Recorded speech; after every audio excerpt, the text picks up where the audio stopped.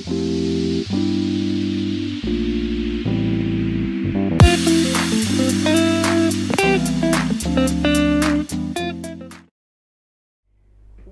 back, everybody. Yes, Unit 5, Careers of the Future. And we've gotten to the end of our unit, which is the focus on writing. So if you can open your textbook and go to page 115. Yes, focus on writing. First off, we're going to do the vocabulary. This is going to be a review of the vocabulary of reading 1 and reading 2. So it really will just go over the same words we actually already studied together. And then we're going to use them in a different setting for expanding. Yes? So good. Okay, and then after that we create something with those words. Okay, we're going to start with the vocabulary review. Read the essay about jobs and careers in the United States during the last century. Complete the essay with words from the box. Okay, we've got benefits, insurer, entrepreneur, experts, freelancers, injured, obsolete, outsourced, prospect, security, strategies, and sustainable. The essay's title is Jobs and Careers in the United States 1900 until 2000. Okay, altogether we are looking at 12 words. Yes.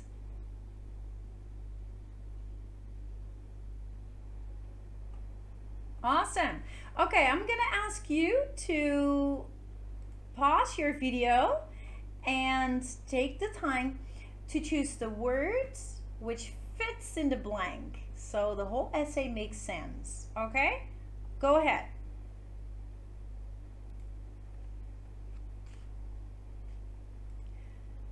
Okay, that means that you've done that already. You filled out 12 words already within the essay. That means that we now continue with our expansion.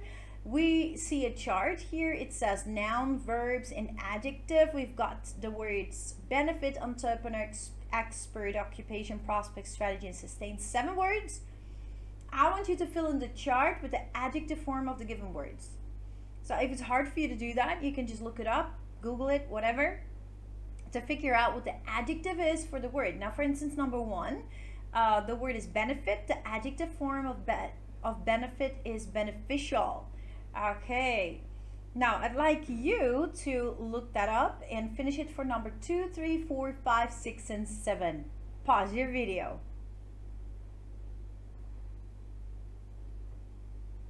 Awesome. That's a part. That was a part of speech, yeah. When we have a noun, an object, an adjective, an adverb, different parts of the words and the function that they have. Here in activity number 2, we match an adjective on the left with a noun on the right. Yeah, we're making up a common idiomatic expression. Yeah, idiomatic expressions are mostly phrases or sometimes sentences to give a certain meaning. Yeah, you can look at the definitions in the parentheses. So, for example, number 1 is done for us. Beneficial is B, relationship good for 2 people. Beneficial relationship, that would be 1. A beneficial relationship means good for 2 people. Yeah, so this is a connection. Now I want you to find the connection for entrepreneurial, expert, occupational, prospective, strategic, and sustainable by connecting the numbers with the correct letter. Go ahead.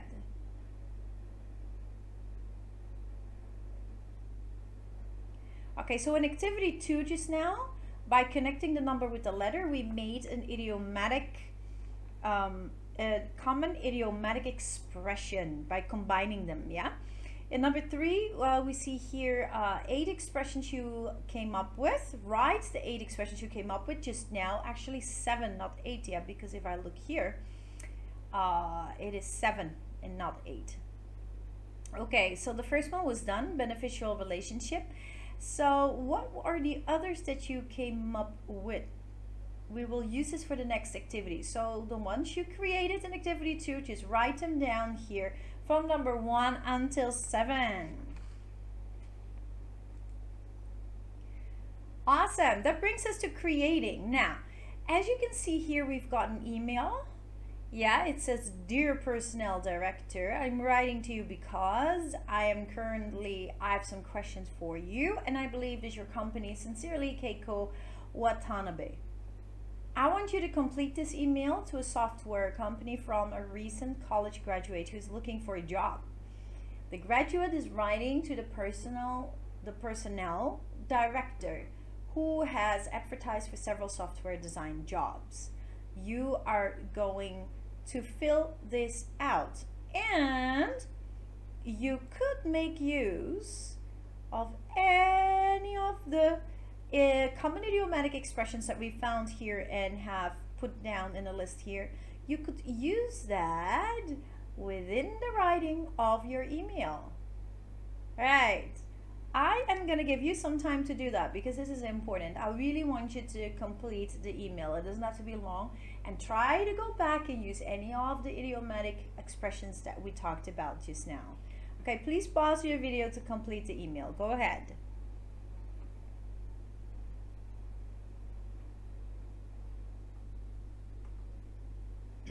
So good. Yeah, well done. That brings us to grammar. Can't wait, no. Okay, let's read these sentences. Look at the bold-faced verbs. What is the difference between the verb forms? Notice the words in italics. Italics means that the ones that are like that. What do they indicate? As more dentists retire, there will not be enough new dentists to replace them. When entrepreneurs plan the mining of asteroid resources, they will need mining engineers to make decisions and provide direction. Before the company hires you, they will do a security check of your background. Okay, so bold-faced verbs. Okay, bold-faced verbs. Retire will not be, plan, will need, hires, will do. Okay, so think about it. What is the difference between the verb forms, and what about the italics? As, when, before. Okay, I want you to think about that for a minute, okay?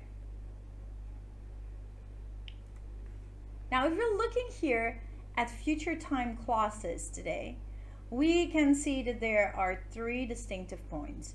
Future time clauses, yeah, show the time relationship between two future events, when the time clause comes at the beginning of the sentence, and common time expressions that are used to begin time clauses.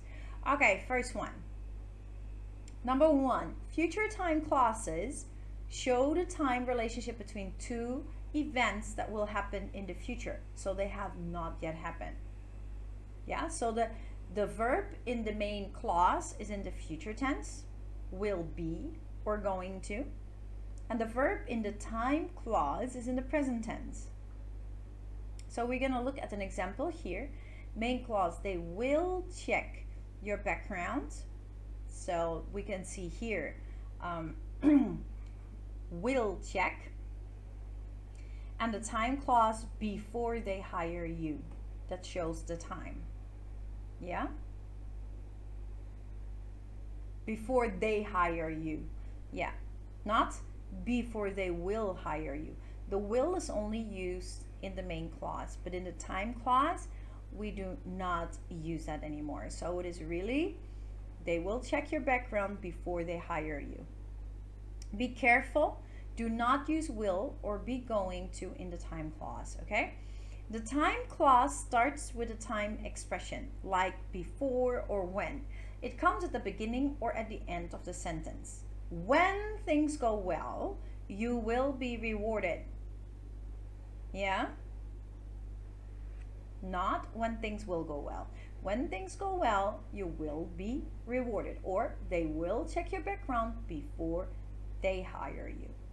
Okay, so that is the future time clause.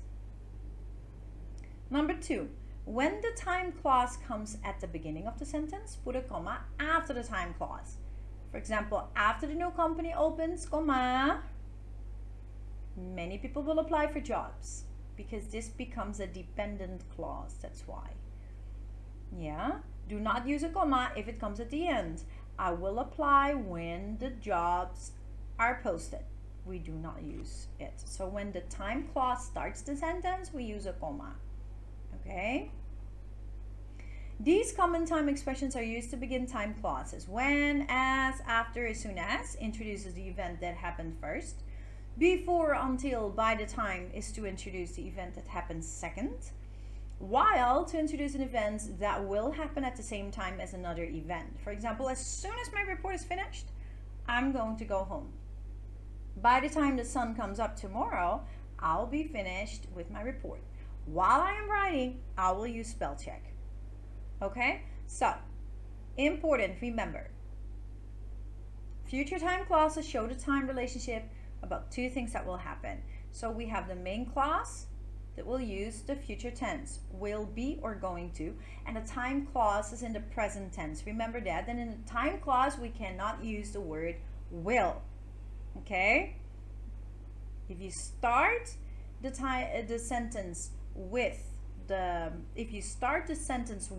time clause, so if the time clause is at the beginning, you have to put a comma. If it's the other way around, no comma. Okay? And time expressions to introduce something that happens first, when, as, after, as soon as. That happens second, before, until, by the time. That happens at the same time something else happens is while. Make sure that you get this, people. Okay? Okay, now we're going to complete the conversation with the correct form of the verbs in the parentheses. Yeah? So the correct verb. Notice that some sentences are questions. Are you ready for your job interview tomorrow? I'm not sure. What happens at a job interview? I've never had one. Really? Here's what will probably happen. As soon as you enter, people will look at you. Be professional and dress well. While you're waiting, you may get nervous. Try to relax. Take a deep breath. Okay. Now you are going to continue with number 3, 4, all the way until 12. Please use the correct form of the verbs in the parentheses. Okay? Yes, go ahead. Pause your video.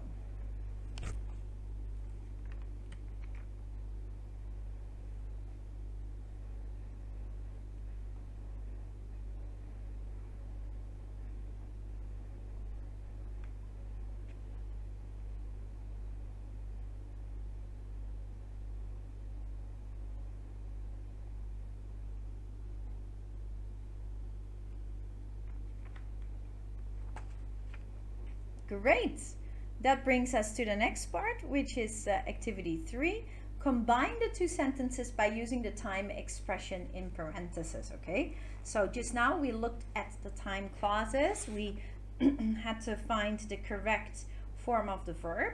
Now we're looking at the time expressions in the parentheses, like before, when, as soon as, and we've got while, after, when, as, and as soon as. So good. Okay, so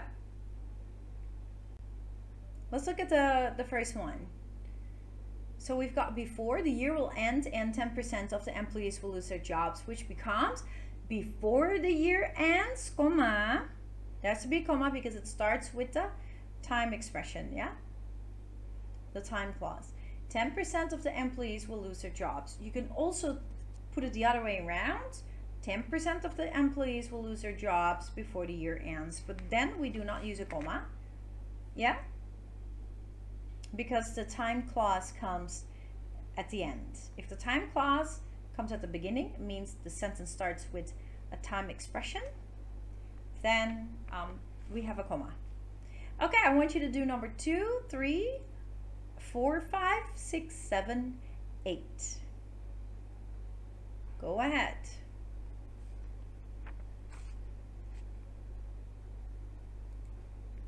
Very good. That was all about time clauses, future time clauses. Yeah. Now we're gonna look a little bit at our final project for writing. You already know about this, but it's just gonna go over some of the aspects that are important to include in it. So you read about what careers will be like in the future and also about some examples of those careers. Now you're going to write a cover letter. That's what you're going to do for your project, right? For a prospective employer. The job you will apply for is your ideal job, and I want you to use the vocab and grammar from this unit, Unit 5. Now, how do we do the preparing for our writing? We have our pre-writing stage, right? In this case, you could do a mind map. You can do free writing. There are many ways you can do this to come up with ideas, which we mostly call the brainstorming part. And for this brainstorming, you could, for example, do free writing. It's a technique that writers use to help them gather ideas. You could also use a mind map or just make a list. When you use this technique of free writing, you write as much as you can about the topic, and then you will discuss in your paragraph that you want to discuss or in your essay. You should not worry about word choice, grammar, spelling, punctuation. You just keep writing. No one will see your free writing paper except you. Just keep writing, and when you're finished, you can choose ideas, the ones that you really want to use. So just pick the ones you think are good, and then you expand on those, and the rest you just leave it. Yeah, free writing for 10 minutes would be a good time. Try it out, do it, 10 minutes, and don't evaluate, just write and see what ideas you can come up with. Yeah, so, well, maybe you used another system, that is fine as well, but free writing is one of the ways to brainstorm, or you can do columns, make a list, or a mind map, that works as well. Great. Now, let's look a little bit into the structure of the cover letter. Now, cover letter has 3 parts, as every writing does, right? Introduction, supporting points, and conclusion. Kind of just like an essay, but this is in a letter format.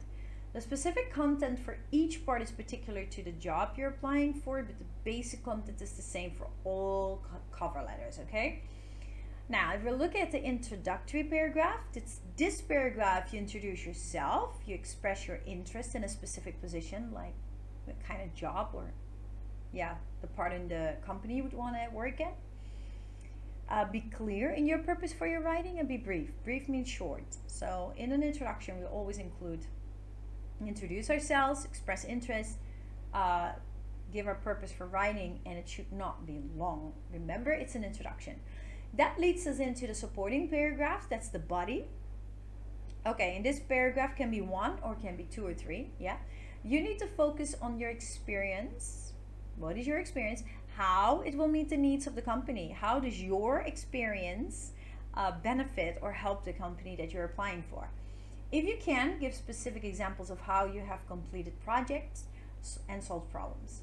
Do not write more than 2 paragraphs. We don't want it to be long because they would want to read a long letter anyways. 2 paragraphs is good. So employers have to read many, so if you're going to be long and dread it, they will not read everything. So 2 body paragraphs is more than enough. Concluding paragraph. This paragraph should sum up your interests in the position, like why you're interested to work in that position in that particular company. Include a reference to the resume that you haven't closed and your availability for an interview.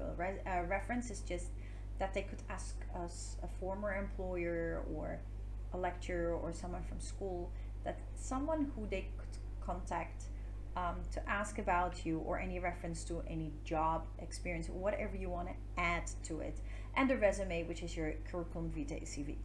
Get you haven't closed and your availability for an interview when you can meet. Be sure to thank the employer for reading your letter with a phrase like "thank you for your attention." Yeah, but because they did take their time. Awesome. Okay, read the cover letter and answer the questions. Okay, let's look here. Chris Young. Dear Mr. Jones. Introductory paragraph. First body paragraph, see that? And then we've got, yeah, this is the conclusion, the ending, and the greeting. So this is only 3 paragraphs. Yeah. Identify the 3 parts of a cover letter, and does each part contain appropriate contents? Now think about that. Answer those 2 questions for me, please. So we can talk about that in our next Zoom meeting, but we clearly see greeting, introduction, 1 body, 1 conclusion, and greeting again. Answer number 2, does each part contain appropriate content, yes or no? Good, we continue. Look at the free writing exercise you did in the Prepare to Write section, page 122. Now, check the content areas for each paragraph and make notes about each from your free writing. Add information for those areas you did not free write about or where you don't have enough detail. This is basically what should come in it, yeah? Introductory paragraph, introduce yourself, identify job, state purpose.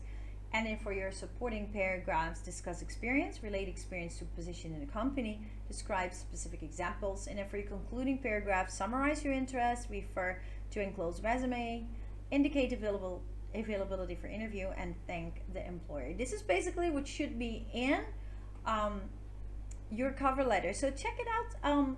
If you've already written your cover letter, does it include this? Yes or no? Just make sure it includes this, right? Yeah. So here it says make notes from about each from your free writing, add information for those areas you didn't rewrite. You don't need to do that. I just want you to check whether your cover letter already has all of these components. Now, you should have already written your first draft to your letter, which you then could peer edit, ask your friend to look at it and give input, or me or anyone else. Now, looking at the format of the cover letter, the 5 parts of a cover letter format are your address, the date, the inside address, and the greeting and the closing. Yeah, your address should be placed on the upper right hand side of the paper. It can also be on the left side, depends a bit. Include your email address after the phone number. Leave 1 space and put the date. Leave 1 space and put the inside address, the company's address. At the left hand margin, the inside address is the name, position, address, phone number, and email address of the person you're writing to. So that's the company you're aiming at. And then you get the greeting. We call that also salutation. It's the opening to the letter. If you know the name of the person, write Dear Mr. Smith or Dear Miss Smith. If you're not sure whether the person is a man or a woman, write the full name, Dear Chris Young. If you don't have the name of a specific person, you can write the title of the position, for example, Dear Personnel Director. And if you don't have any information, you can write a generic greeting to whom it may concern. It's generic, it can go to anyone. For the closing, it's a short phrase followed by your signature, sincerely, respectfully yours, and your signature, yeah? So here we can see it laid out for you. A, B, C, D, E. Write the parts of the letter format in the correct place to see if you have understood it. Go ahead. Great. That wasn't that hard, right? Okay, that brings us to the editing part. Basically, this is really good checklist for yourself to check whether you have included all these points. Number 1, does your cover letter contain a brief introductory paragraph that clearly explains why you're writing? 2, does the introductory paragraph include the name of the position? 3, does the supporting paragraph focus on how your skills would meet the employer's needs? That could be 1 or 2 body paragraphs, right? 4, does the supporting paragraph contain 1 or 2 specific examples? 5, does the concluding paragraph summarize why you want the job? Does it thank the employer? 6, does your letter have correct cover letter format? 7, are there future time clauses with verbs in the correct tense? Because we would want to include the vocabulary and grammar of Unit 5, of course. Yeah. 8, do these clauses have the correct punctuation? And 9, do you use new vocabulary from the unit? Make sure that all these points are included in your writing. Okay, so good. That does make sense because we would definitely want to include everything that we've learned in the unit within our project, right? That's the whole point of it. Exactly. Okay, that brings us to the end of our lesson today, and I want to review with you. First up, we reviewed our vocabulary that we learned throughout reading 1 and 2. Remember that all the vocab is mentioned at the back of your textbook, also the grammar at the back of your textbook. Okay, so we reviewed it by completing an essay. Then we expanded on it by looking at a different part of speech. In this case, we looked at the adjectives of the verb, of the words, sorry.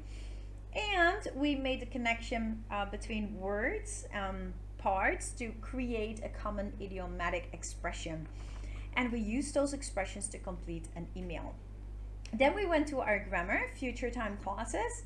Yeah, learning to use them, knowing that we have a future time clause which consists of a main clause, which is always uses a future tense, will be or going to, and it consists of a time clause, which is always in the present tense. And if the time clause comes first, there must be a comma in the middle. If it's the other way around, we do not use a comma. We then tried that out by completing a conversation, and then you had to combine sentences trying to use the time expressions, right? Before, when, as soon as, while, after, when, as, and as soon as. So good. And then last, we went over the steps of writing a cover letter, which is your writing project. For the brainstorming, free writing, the structure of a cover letter: introduction, body, and concluding paragraph, not more than 2 body paragraphs. And we had an example of how that would work out, and whatever points should be included in an introduction, in the body, and in the concluding paragraph. Very good. And then it talked a little bit about where to put the address, the date, and so on. And of course, not to forget the checklist. Amazing. So good. We finished unit 5. I'm excited for our Zoom meeting to know how you finalize this, and please prep your questions. If there's anything you don't know yet, you gotta ask me during our next meeting, right? Good. You're amazing. God bless you. Bye-bye.